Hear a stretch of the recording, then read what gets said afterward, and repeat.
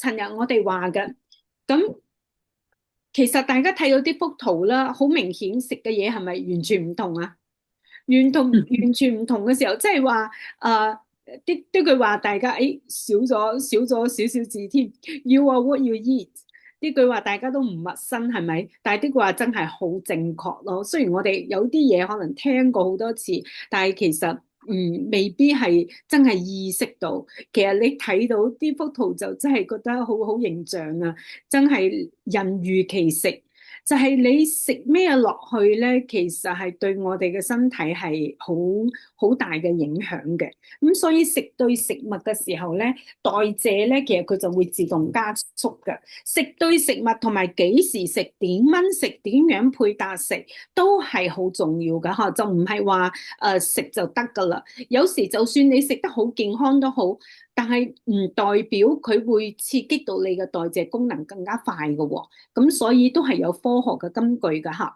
咁所以我哋嘅做法咧，咁尋日我哋都有講到，其實市面上有好多種唔同嘅減肥方法，佢哋一係就節食啊，一係就譬如好多個運動啊，或者係食高蛋白啊，或者係唔食碳水啊，或者係食高 fat 啊，即係好多，或者係直情係飲啲 cabbage soup 啊，或者係打針啊食藥啊，好多琳琅滿目嘅係咪？但係其實我哋減肥咧，喺我哋呢度嚟講咧，減肥咧其實我哋就唔係要同食物為敵嘅。即係我啱講到好多同食物有關嘅減肥方式咧，嗱佢一係節食就唔食啦，咁梗係唔得啦，168哇16個小時唔食，呢啲係咪就係同我哋嘅身體去鬥爭啊？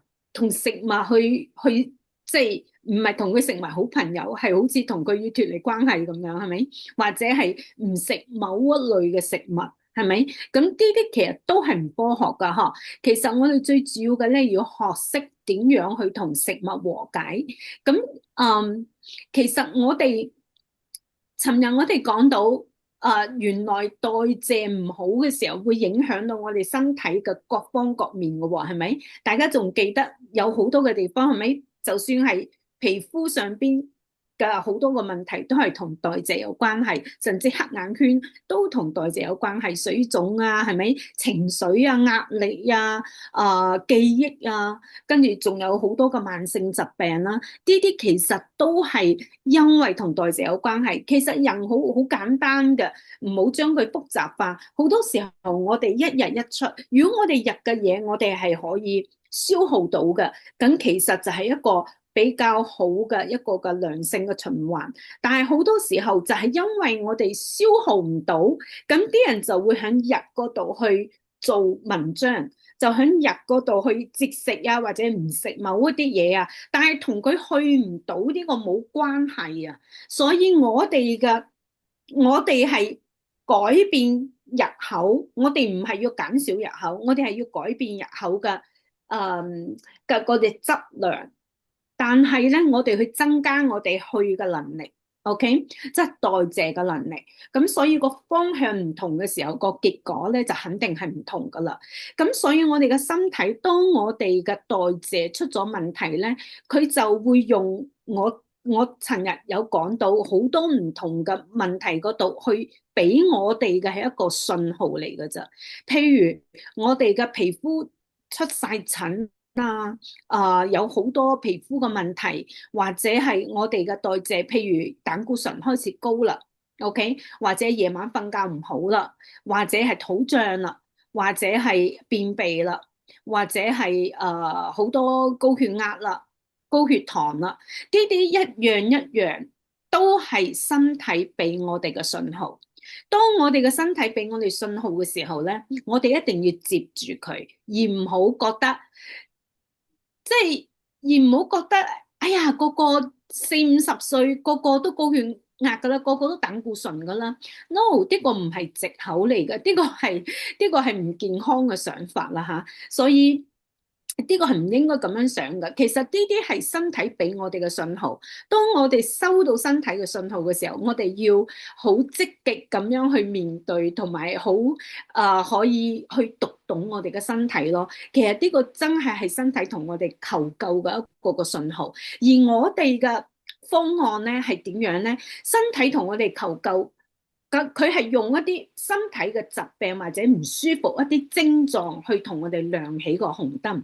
咁我哋要點樣去俾翻一個信號俾我哋嘅身體，讓佢接住就係話，Oh, I got it，我知道你而家有問題，我已經收到啦，我而家會用一個好好嘅營養素，好好嘅食物去療癒翻受到傷害嗰 part。OK， 咁所以我哋食落去嘅食物咧，亦都會作為信號去講翻俾我哋嘅身體聽。所以點解我個 program 我哋係唔計熱量咧？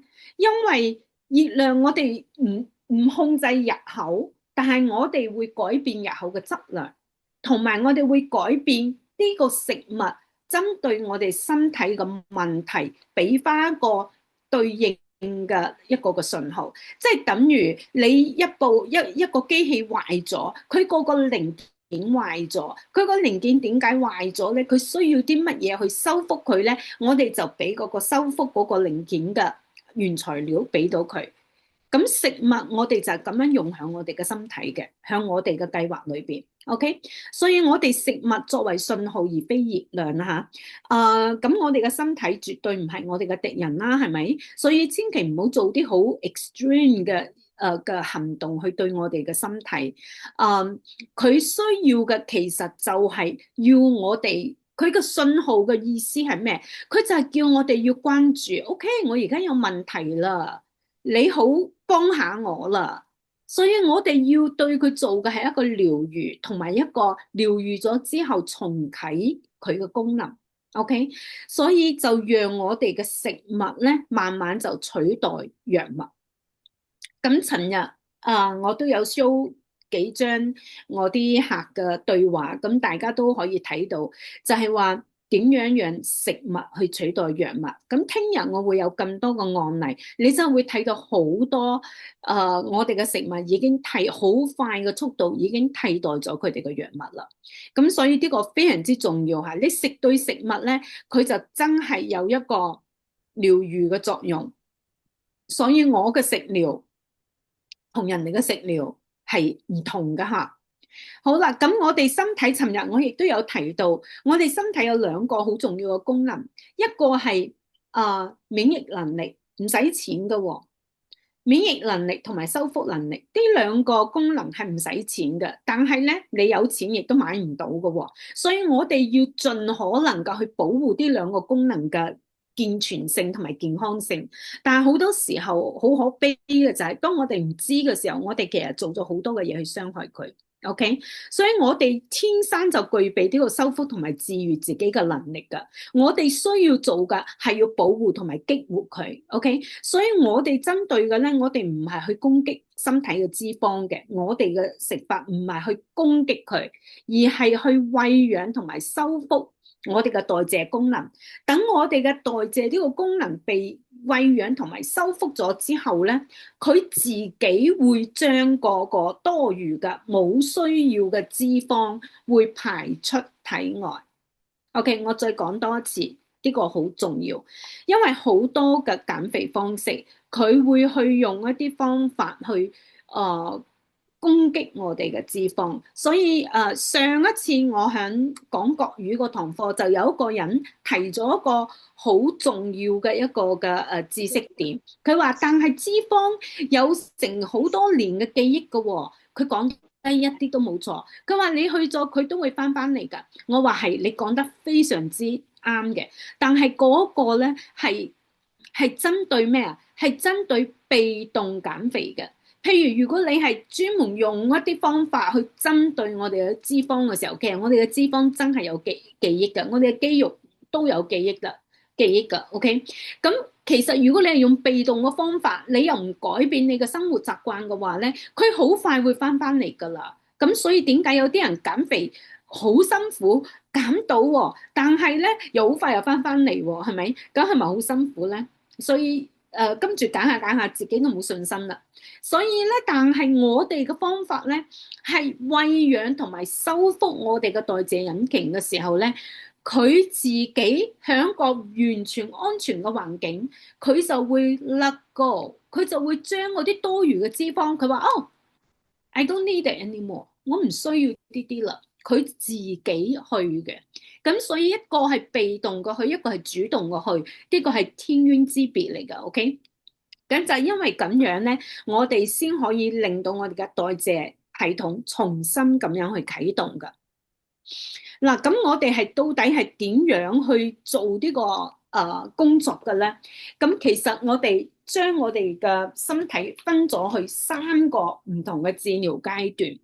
咁如果大家仲記得我尋日有一個畫片，就係講到一個婦女嘅，係咪響住家嘅婦女？咁佢當然可能亦都係要返工㗎啦，有可能係全職㗎啦，有可能係一個創業嘅女性啦。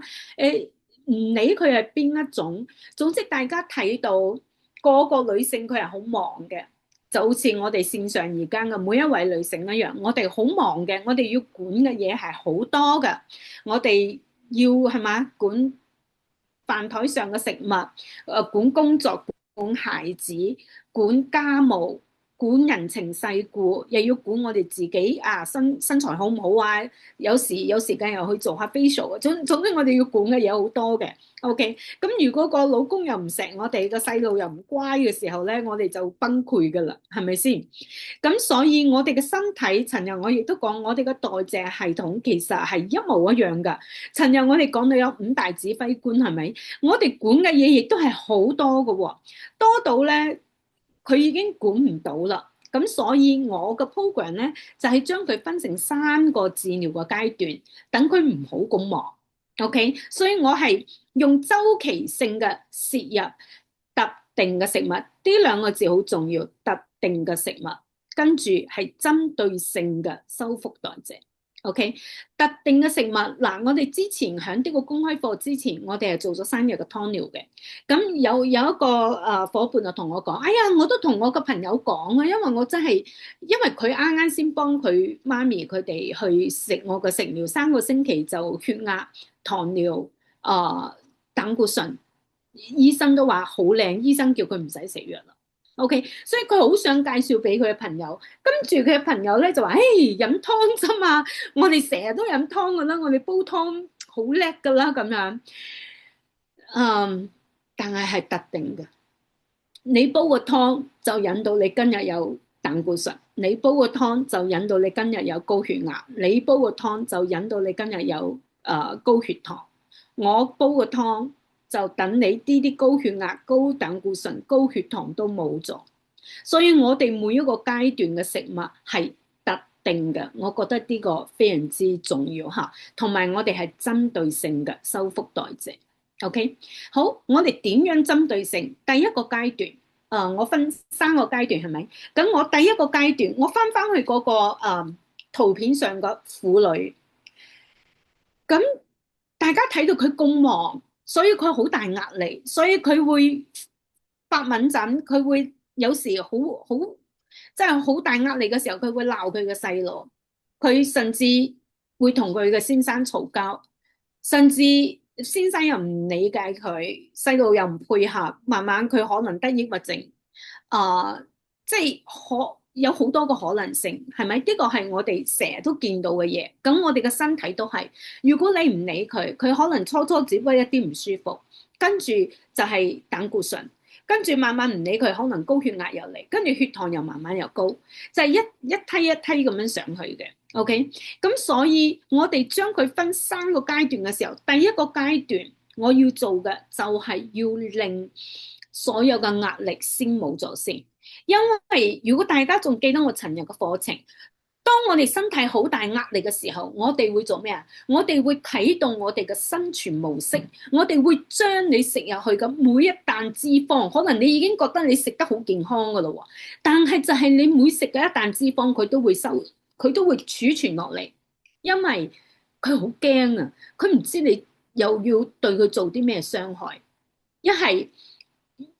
呢啲針對曾經做過好多減肥嘅人，好多唔健康嘅減肥嘅人 ，OK， 食代餐減肥嘅人，嗰啲亂七八糟，我之前講過所有嘅減肥嘅案例， OK，用啲啲嘅，或者係你食嘢非常，你可能冇減肥，但係你食嘢係非常之唔健康嘅，或者你嘅生活習慣係非常之唔健康嘅，或者你係乜嘢都去食藥去解決嘅，或者你嘅生活係好多毒素嘅，總之係每一種，或者你嘅生活就本身好大壓力嘅，或者你嘅工作好大壓力嘅。OK，或者你係用好多個運動嘅方式去 against 你個身體嘅，OK，所以好多嘅嘅方式咧，令到我哋好大壓力。現代人嘅壓力指數係咪非常之高啊？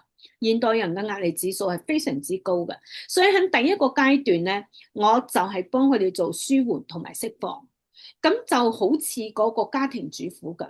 你睇佢平時做咁多嘅嘢，忽然之間有一日，佢嘅先生話其他嘅嘢我都幫你做，或者我請個人翻嚟幫你做，你今日只需要去接我哋嘅仔仔放學。哇！佢話係咪噶？咩都唔使我做？佢話係，其他都唔使你做，你就係去接我哋嘅寶貝仔放學就得啦。哇！咁嗰個媽媽，大家覺得佢係咪會好開心啊？咁佢係咪會覺得哇咁好？咁佢肯定係會咁，大家覺得佢係咪會將呢件事做得非常之好咧？如果嗰日佢只需要接佢個仔仔放學嘅話，哇！我諗佢嘅心情係好卓越嘅。佢可能去買埋佢個仔最中意食嘅食物，一個蛋糕啊，一個 ice cream 啊，whatever，買個玩具，好開心去接嗰個仔放學。吓，所以當我哋嘅身體完全得到舒緩同釋放嘅時候咧，就你可以將你自己想象到，你係喺一個SPA 裏邊去做緊一個 facial 或者做緊一個咩？你完全咁放鬆嘅時候咧，你真係好容易瞓着覺啊！你就真係嗰個鐘係屬於你自己嘅。因為我本身都係一個美容嘅導師，咁我好多好多嘅客同我講過好多好多好多次，佢哋平時好多人有睡眠嘅問題嘅，但係一嚟到我度咧，佢哋真係5分鐘佢哋就瞓着，同埋咧佢哋做完一個 treatment 嘅時候咧，佢哋俾我嘅回應係係佢話 it's such a therapist。即係佢好療愈啊！其實佢都冇講到佢嘅皮膚，當然係好咗好多嘅。但係佢哋最主要係精神上邊嘅療愈。呢個就而 second 好似我哋嘅第一個階段。我哋係用咩咧？我哋將好多嗰啲特定嘅食物、特定嘅食物，針對性嘅去俾到我哋第一階段，去點樣乜嘢食物先可以造成我哋呢個壓力嘅舒緩咧？我哋就係用嗰啲嘅食物去做呢一階段啦，去餵養你嘅身體。咁食物有冇睇到我第一、第二章嘅 PowerPoint？就係話食物亦都係對我哋身體嘅一個嘅信號，講翻俾我哋嘅身體聽。OK，我收到啦，你俾我嘅信息我收到啦。我而家俾你好好嘅補充你需要嘅啲啲微量元素，等你完全咁放鬆。好似呢度備戰嘅狀態啊！我哋嘅身體就好似嗰個婦女咁，長期備戰。Oh my god！我嘅 list 仲有幾樣嘢未做完啊，係嘛？咁所以我哋亦都係我哋嘅身體就係完全喺個備戰嘅狀態。哇！好似個刺蝟咁，唔知道你下一步又要做啲咩嚟傷害我。咁而家我哋從食物嗰度講俾佢哋聽，嗱，唔使驚。我而家補充緊你嘅血糖，降低緊你啲應激嘅激素等你即係完全嘅滿足啊，喺食物裏邊去得到滿足。OK，喺食物裏邊得到滿足嘅時候咧，你嘅身體咧就會收到呢個信號啊！你嘅身體好聰明㗎，比你聰明100倍啊！OK，佢咧就收到嘅時候，佢就哇，佢好似知道我需要啲乜嘢喎。跟住佢就會放低，因為始終係你嘅身體啊嘛，係咪？係屬於你啊嘛。咁佢真係會好快咁相信你，佢就會放低佢嘅警惕，就會為下一階段、下一階段嘅咩啊脂肪燃燒做好準備，因為佢已經安心啦，佢已經即係等於我存喺你嘅銀行100萬。咁我聽日問你攞1萬，應該都好容易嘅啫，係咪？咁如果你銀行都冇1萬，我叫你攞100萬，就問你冇1萬，問你攞1萬，你都攞唔出啦，係咪？所以當佢喺完全 safe 嘅情況下，我哋去到第二個階段。第二個階段亦都係學。第二個階段我哋針對嘅咧係我哋嘅肝臟。我哋嘅肝臟尋日我哋講過啦，係咪？我哋嘅肝臟幫我哋排毒啊，幫我哋將我哋食入去嘅咩啊營養化成能量俾我哋嘅身體用啦，係咪？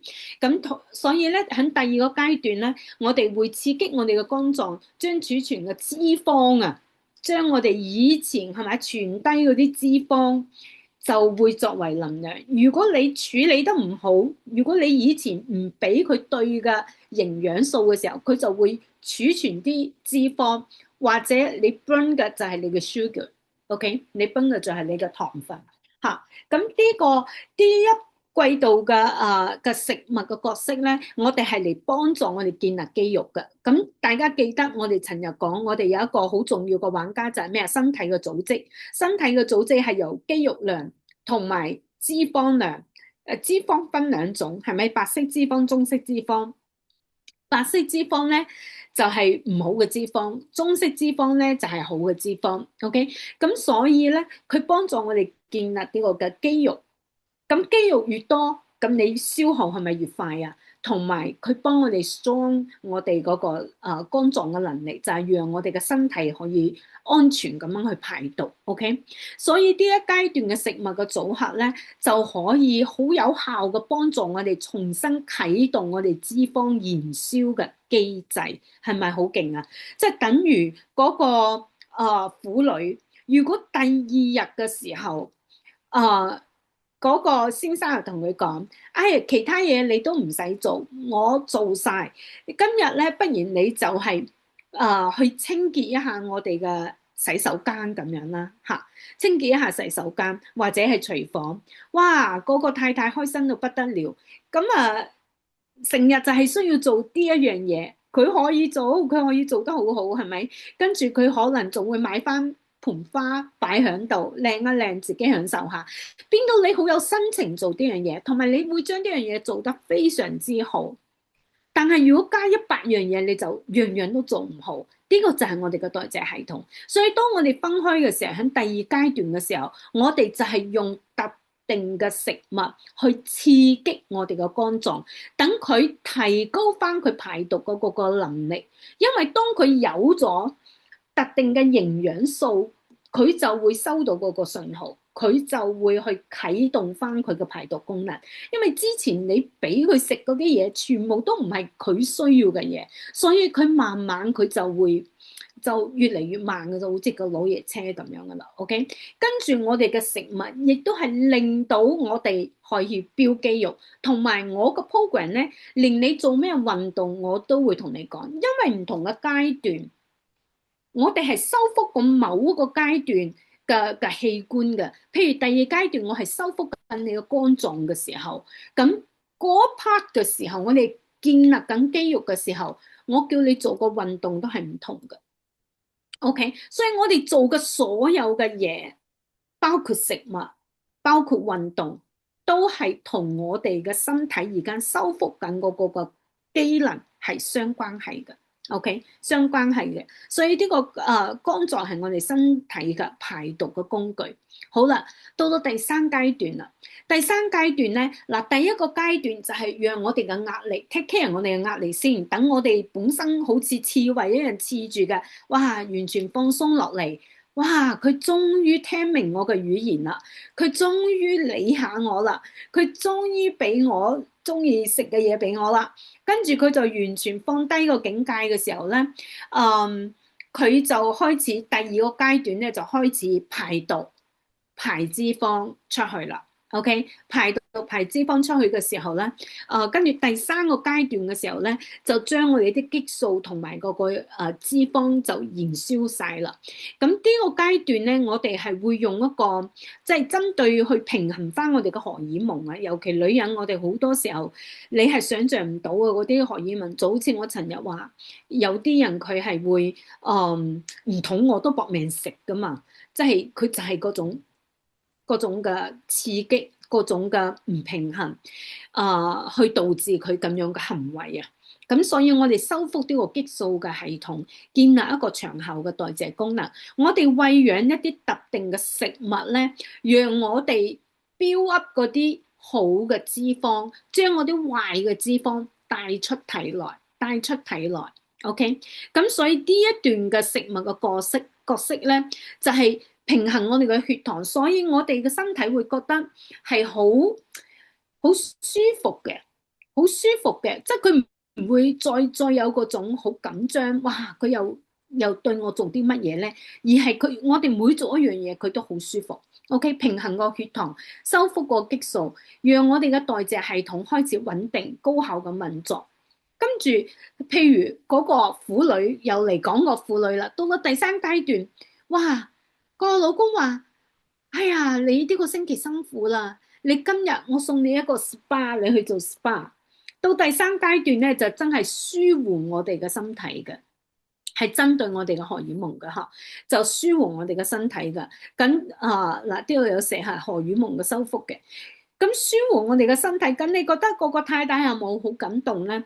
咁所以就係話，當佢嘅身體得到修復嘅時候，得到治癒嘅時候，咁佢會，你覺得佢係咪會更加好嘅做好一個太太同媽咪嘅角色，而唔會係之前嗰個冇人理解佢，細路又唔聽話，老公又唔錫佢，跟住佢就會又鬧細路啊，又同老公又鬧交啊，咁樣就係家無寧日啦，係咪？所以呢一個階段真係就係話嗰句叫咩話？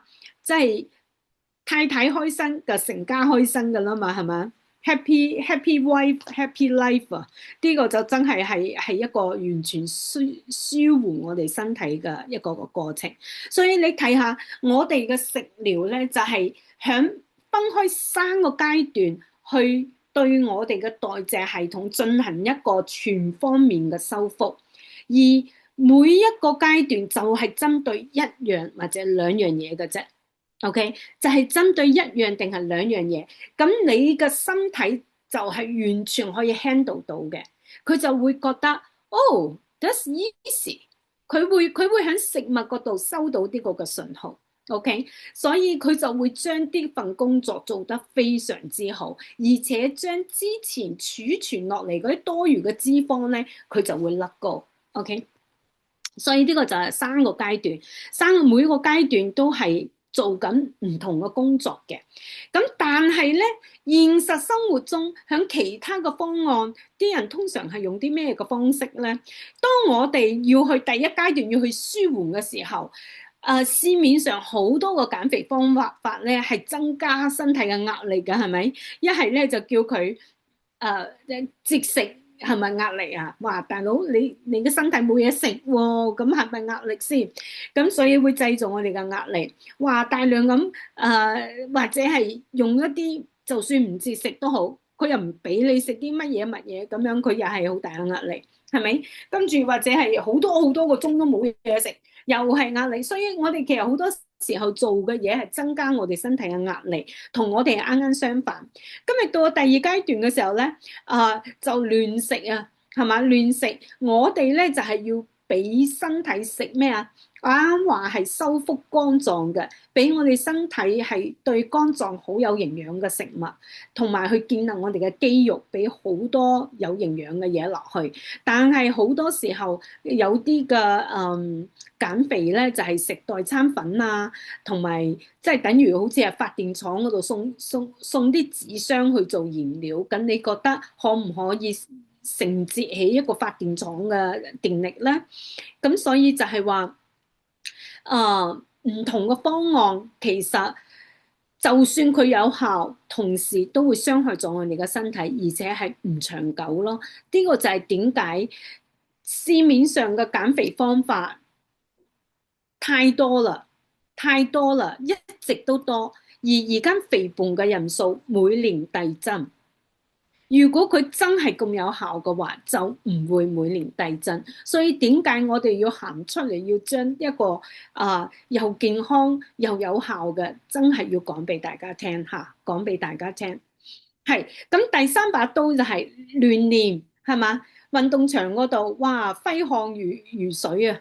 就一個星期去7日嗰隻，係咪瘋狂咁有氧運動係嘛？代謝以為你要去逃命添，佢唔知你要做啲乜嘢，反而佢關閉咗個燃脂嘅功能。總之一句話，如果你令你嘅身體唔舒服、唔安全，就係將你自己嘅努力咧，就係做咗反效果嘅。因為你做嘅嘢，無論係呢度任何一樣嘢，都令到你嘅身體起咗呢個即係唔安全掣啊，撳咗一個唔安全掣，即係等於你造成咗你身體嘅一個恐慌啊。佢恐慌落嚟嘅時候，佢第一時間就會做咩？如果邊個令到你恐慌，你第一時間就會保護你自己，係咪咁樣？咁我哋嘅身體亦都係嘅。如果我哋造成佢嘅恐慌，佢第一時間就係要保護佢自己。OK，所以喺我哋嘅方案裏邊，我哋同你設計嘅食落去嘅每一樣食物，都係同你嘅身體發送指令。所以我哋係好 strict 嘅，即係，所以我會私人訂製同你寫餐單嘅。咁我叫你盡量都係按照餐單嘅嘢，同埋我希望你學識點樣去食。OK，每一個階段嘅食物係唔同嘅，就係因為嗰啲食物係修復呢一次我哋想修復嘅器官嘅。OK，所以我哋嘅代謝修復就好似一個手機嘅重啟鍵一樣，將你以前身體已經麻木咗啦，或者係已經停止工作嘅嘢咧，同你重新去啟動佢。我哋幫助你嘅肝臟更加好嘅去做翻佢嘅工作。尋日我哋已經講到肝臟係好多工作㗎，好忙碌㗎。OK，所以我哋係讓佢冇咁忙碌。我哋食入去嘅食物唔單止係令佢冇咁忙碌，而且係滋養佢嘅，滋養佢嘅。OK，跟住腎上腺一個壓力嘅管家，咁所以第一階段我哋第一個解決嘅就係呢個壓力嘅問題，壓力嘅問題，等你嘅身體完全係一個放鬆嘅狀態。OK，跟住腸道啊，所以好多人食我哋嘅食療，好快1-2日佢就已經覺得，哇！我個脹氣冇咗啊，我覺得好舒服啊。OK，好舒服啊，嚇！跟住仲有就係荷爾蒙嘅修復，有啲人就係好多人其實都係荷爾蒙失調嘅。OK，所以呢個 program 我哋嘅 program 咧就係28日為一個 program。28日為一個 program，咁啲28日你會經歷一啲乜嘢咧？咁頭7日嘅時候咧，就係好似係你身體一個代謝嘅重啟期。咁呢一個星期咧，我通常要叫我嘅客人就係100% follow 嘅時候咧，好多人第一個星期佢哋就已經跌咗好多磅啦。如果你係嗰啲即係你唔係嗰種長期用唔健康嘅減肥方法去減肥嘅人咧，第一階段係已經瘦好多磅噶啦。但係如果你係嗰啲曾經試過好多唔健康方式減肥嘅人咧，第一階段你可能跌得唔係咁多磅嘅。佢因為你用得太多唔健康嘅嘢去減肥啊，你嘅身體即係佢嘅信任度對你都係有保留啊，所以佢可能要需要長啲嘅時間觀察。誒，你係咪真係明白我啊？你呢一次係咪唔再傷害我啊？你明嘛？如果你係之前都冇試過嗰啲好 extreme 嘅減肥咧，其實你第一周你就已經有好好嘅效果啦。OK，嚇，同埋我哋係我講啦，我哋唔 count 卡路里，我哋唔 count 你食咗幾多 gram 嘅 protein 啊、carbs 啊，我哋全部都唔計數嘅。同埋咧，我哋係唔餓嘅，每日你都會餓，因為點解咧？雖然你食好多，因為我哋係啟動咗你嘅代謝系統，所以你嘅身體開始轉啊。之前係咁樣、咁樣、咁樣、咁樣嘅，而家係咁轉，所以啲人就話：哇！以前我一日食兩餐都唔肚餓，而家一日食五餐我都成日覺得餓嚇，即係嗰種餓係即係唔係唔俾你食嘢嘅餓。嗰種餓係你身體裏邊開始運作，令到你消耗好快嘅餓。但係我又唔係唔俾你食嘢，所以咁你覺得係咪好好咧？你自己都 feel good，哇！好似我重新活過嚟嘅嗰種感覺啊嚇！一路食，體重就一路跌，OK，腹脹又消失，精神咧亦都越嚟越好。OK，跟住第二個階段咧就係脂肪轉化期，就係慢慢將嗰啲累積咗嗰啲脂肪咧，就係慢慢咁樣去，跟住最後嗰2個星期咧就係所以28日你係唔可以。啲28日，如果你開始嘅 program 咧，係盡量即係中間唔好斷咯，唔好話我中間去1個星期去 vacation，咁我就寧願你去完 vacation 翻嚟先再996。唔係996，係168啦。I don't know what 996之係前你個 slide 啊，之前你個 slide 寫住996嘅，你一睇一睇，之前有一個 slide 係啦，呢度呢個特別嗰度。哦，996係中國啲人翻工咧，佢係從9點翻到9點，1個星期6日，哦所以呢一個係996。，OK，係啊，係佢翻工，即係我哋翻工好大壓力啊嘛。正係我哋有人睇聽堂啊，睇書。啊哈，yeah，good job，good job，啊哈，咁所以第三個階段，即係最後嗰2個星期咧，就係一個鞏固期，就係一個易瘦體質嘅鞏固期。咁啲28日，其實個數字，我哋人體其實真係好神秘嘅，真係太神秘啦。其實28日對我哋身體嚟講咧，係好特別嘅一個數字。咁咧啱好我又係做皮膚嘅喎，我哋嘅皮膚嘅修復又係要28日。原來我哋嘅代謝嘅修復又係要28日。我哋仲有咩係28日㗎？我哋嘅月經亦都係28日一個週期，係咪？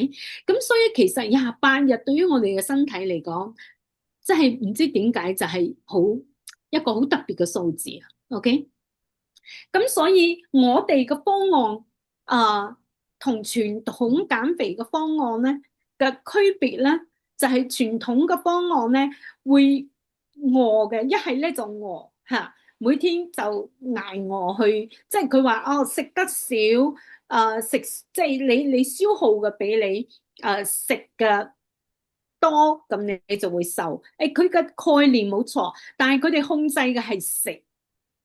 係將佢食得少，但係我哋嘅身體每日係要需要咁多能量去運作噶嘛，咁你都唔夠嘢俾佢去運作嘅時候，佢反而可能喺你嘅身體嘅肌肉嗰度攞能量，咁得不償失。所以點解啲人越減越肥？大家明白嘛？OK，所以呢個係好重要。但係我哋咧就相反，我哋都係 burn 多過食。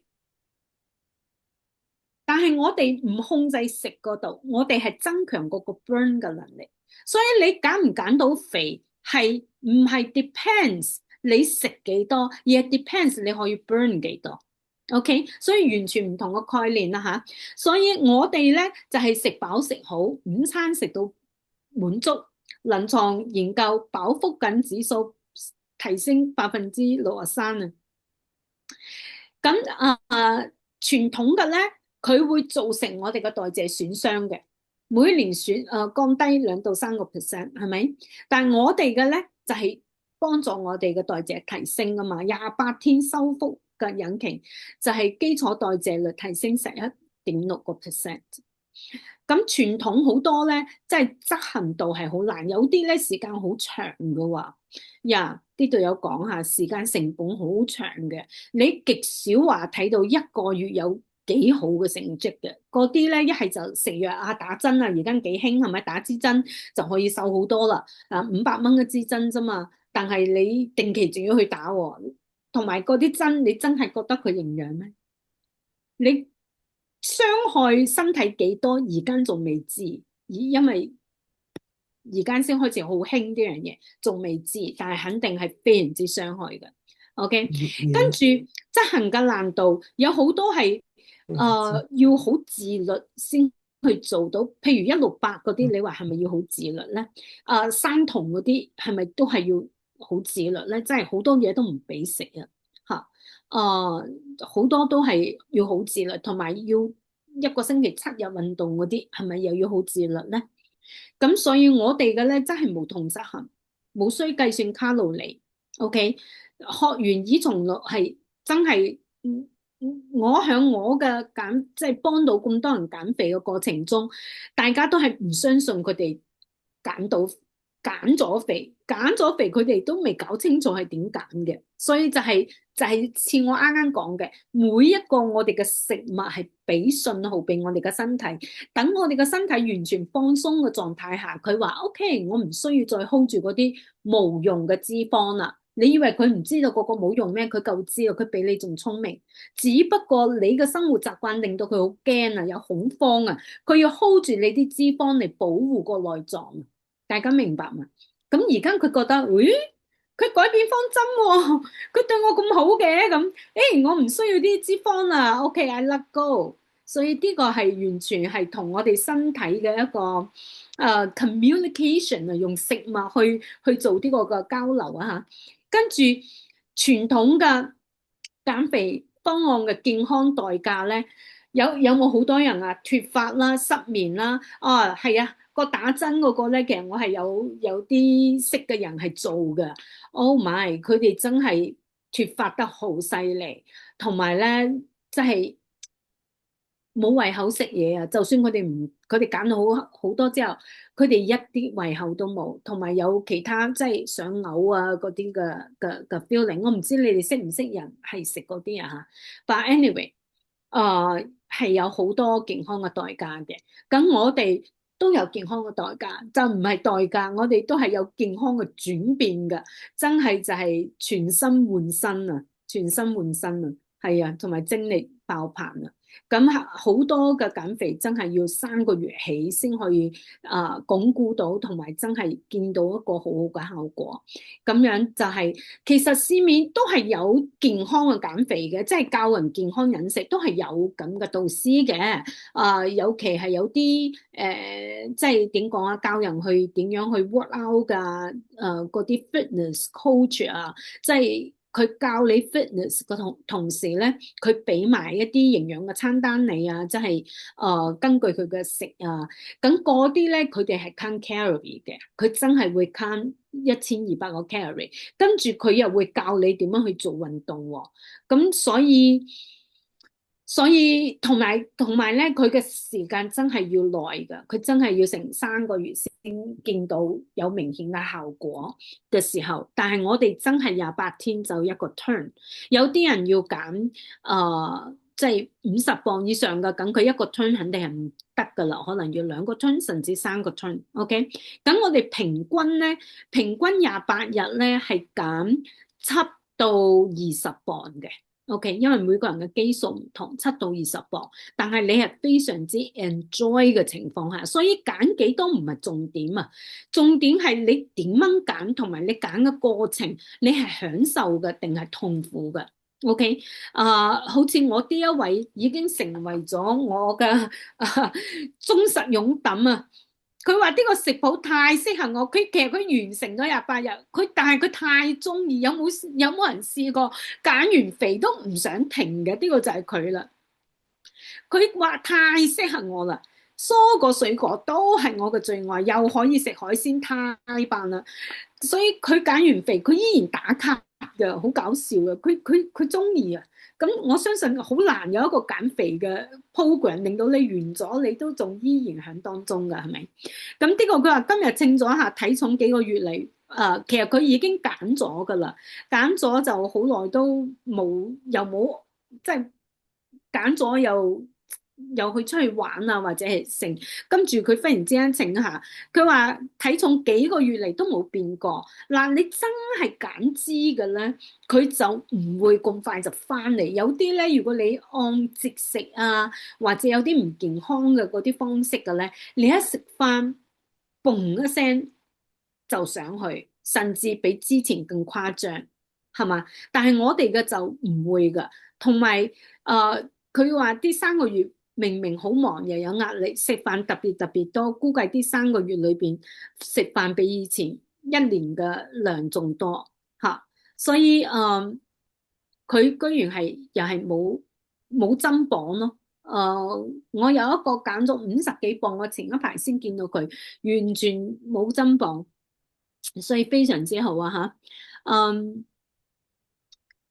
佢話體重減得太輕鬆啊，食得太容易，從來未有過咁樣嘅減肥經驗。因為佢咧亦都係我識咗佢好耐，佢都係一直都係好難去減肥嘅人。其實以前我哋有另外一個 program 咧，就係我哋公司嘅產品，其實都係非常之好嘅產品，非常之好嘅產品。其實我真係覺得佢已經係減肥裏邊一個好好嘅產品。但係就算咁好嘅產品，佢真係太難 follow，我就做唔到。因為我好忙，我真係冇辦法做到佢嘅 program。其實但係我幫助好多人用過個 program 都減到肥，但係嗰種嘅減肥，你真係要靠你嘅意志力。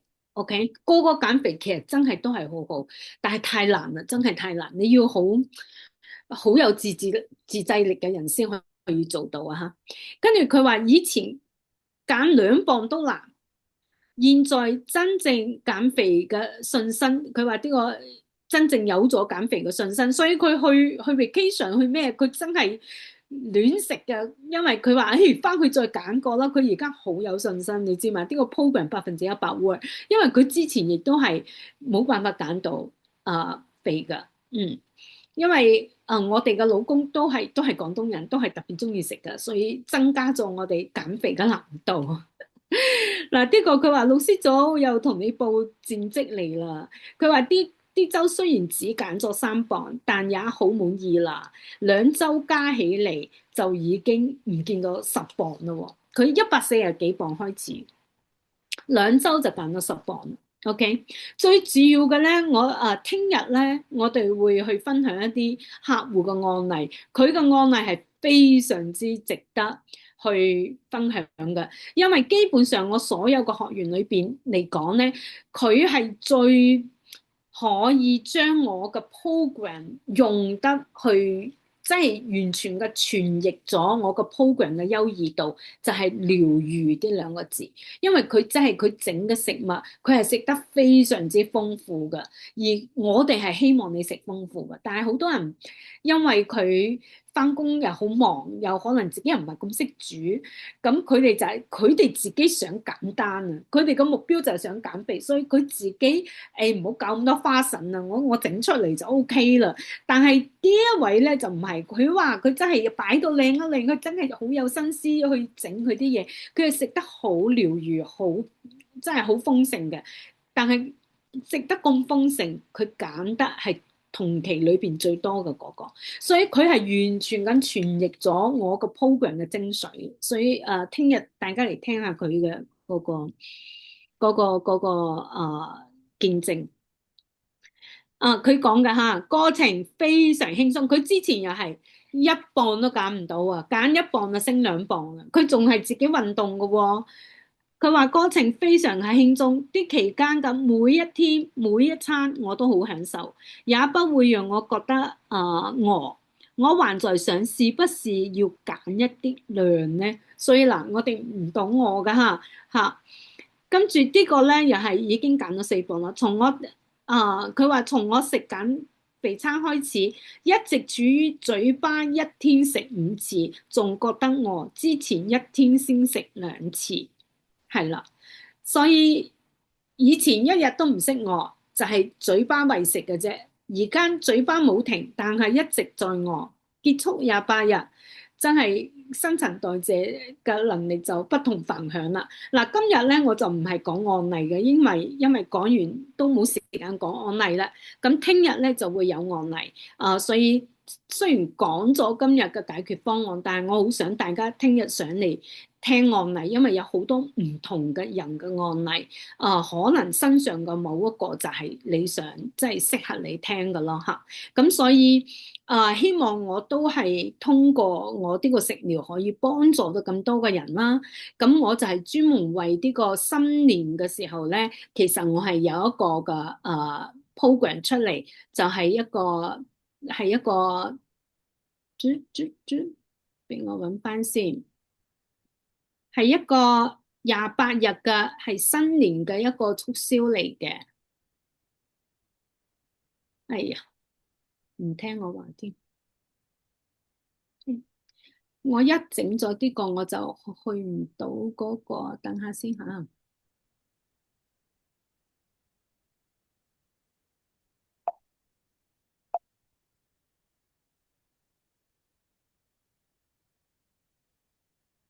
點解唔俾我停到？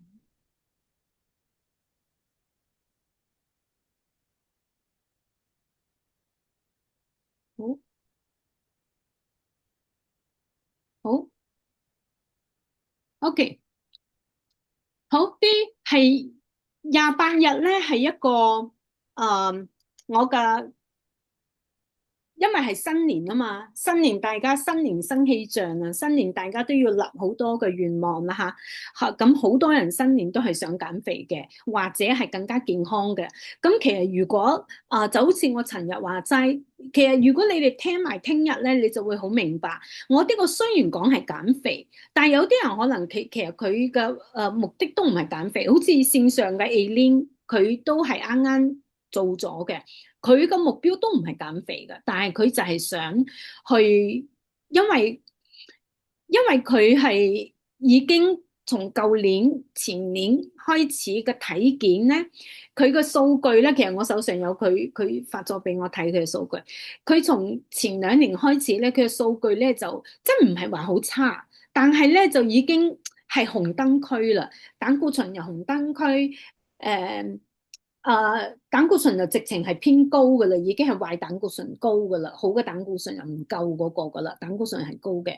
咁佢個血糖咧就係已經係紅燈區噶啦。OK，咁所以三脂甘油又係好高噶啦。OK，咁所以你話佢食藥又好似未去到食藥嘅階段，但係就已經係 warning 噶啦。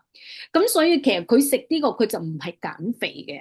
佢食呢個佢 mini 係想幫助佢個代謝嘅啫，咁佢真係食咗28日，後邊佢就去體檢嘅時候咧，咁28日其實我都唔知佢減到幾磅，因為佢個目的都唔係為減肥，佢亦都唔肥，咁所以但係佢最主要嘅係想佢健康啫，咁的而且確28日後咧，佢所有嘅指數咧就已經係完全係5年都冇咁靚過，5年都冇咁靚過。OK，所以就算你唔係減肥，其實食呢個其實佢就係修復代謝，只不過新年好多人想減肥 ，that's why 我就將呢個係寫作係減肥，的而且確呢一個係更加適合減肥嘅。但係其實減肥就係因為我哋身體多餘嘅脂肪帶唔走啊嘛，咁其實膽固醇啊、高血壓啊好多都係因為我哋身體有好多嘅多餘嘅脂肪啊、毒素啊嗰啲去唔到，就會累積落嚟，堵塞咗我哋血管啊，堵塞咗我哋好多嘅嘢嘅之後引起嘅一啲嘅炎症。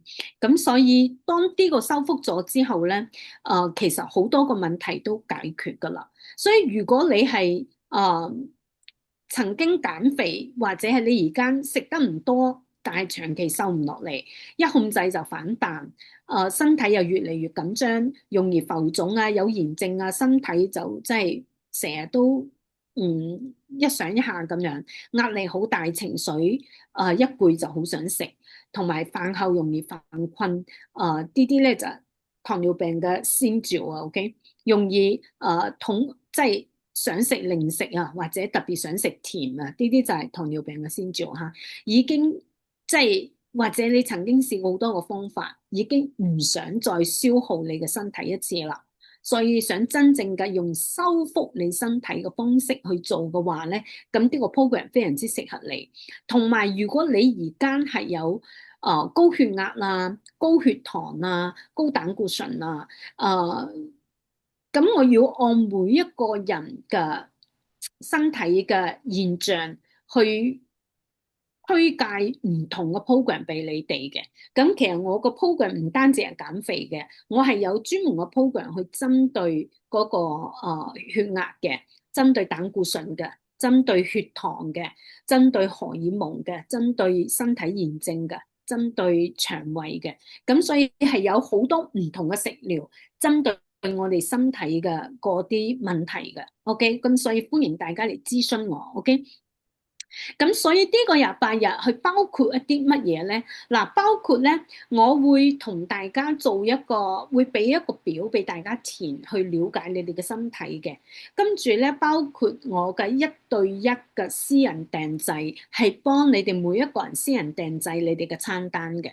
咁通常咧就係呢個餐單出嚟咧，就其實就已經係要85蚊噶啦。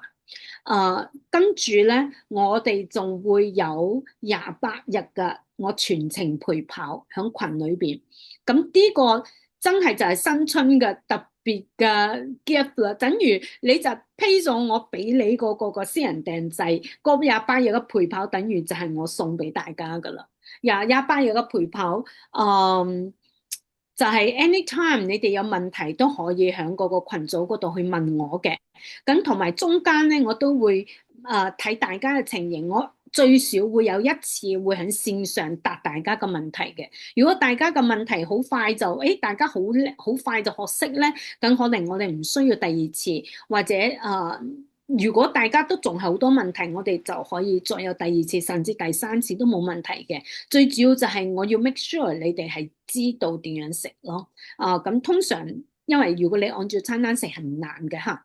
咁同埋咧就係會有啲即係不定時咁分享一啲嘅菜譜俾大家啊，咁大家亦都喺群裏邊學到其他同學嘅唔同嘅飲食方法咯。咁所以呢個係一個真係非常之好嘅一個 program。呢個我哋通常係咁樣講嘅。呢個 program 絕對未必係俾你第一次減肥嘅人，因為第一次減肥嘅人佢可能未試過其他，佢都唔知道我哋嘅優異啊。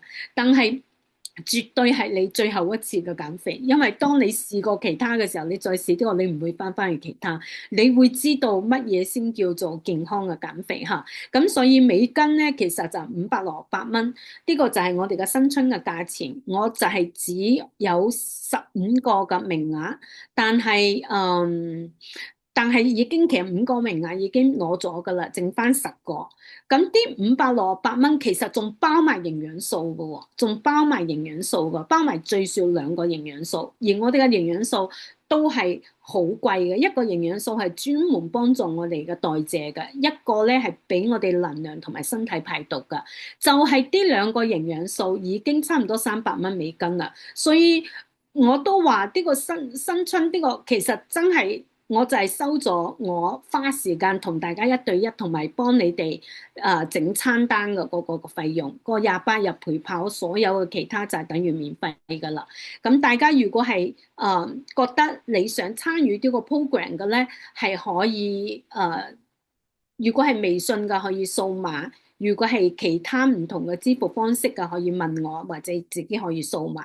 如果你哋有任何嘅疑問嘅話，都可以問我先唔急㗎嚇。但係我只有15個名額，而家已經剩翻10個啦。咁就所以就同大家講下，因為其實我係要好多嘅時間去幫大家做呢一個，因為喺個28日其實我係好忙嘅，好多人係會私聊我問我好多個問題，所以我真係我願意將我嘅時間去幫助願意改變佢哋健康嘅人，咁就睇下大家係咪想有呢個需求，同埋想真係去將你哋嘅健康擺喺你哋好重要嘅位置啦。所以我希望將健康幫助大家掌握翻自己嘅手裏邊，新陳代謝係引擎，食物係燃料。咁呢個咧就係我今日嘅所有同大家要分享嘅內容啦。聽日 again 我哋會上線嚟同大家幫大家一齊嚟做一次嘅代謝消化系統嘅一個嘅測試。咁有啲人佢哋嘅消化系統就唔係咁好啊。其實喺一個測試嗰度，我哋就可以知道，或者你根本你話我都唔知我消化系統好唔好，咁我就好 welcome 你嚟咯。咁就需要有一個呢個 pH 值，跟住咧需要有一兩個檸檬，兩個檸檬咧即係喺屋企預備好兩個檸檬，其他嘅咧就屋企都有噶啦，其他嘅嘢屋企都有，好簡單嘅啫。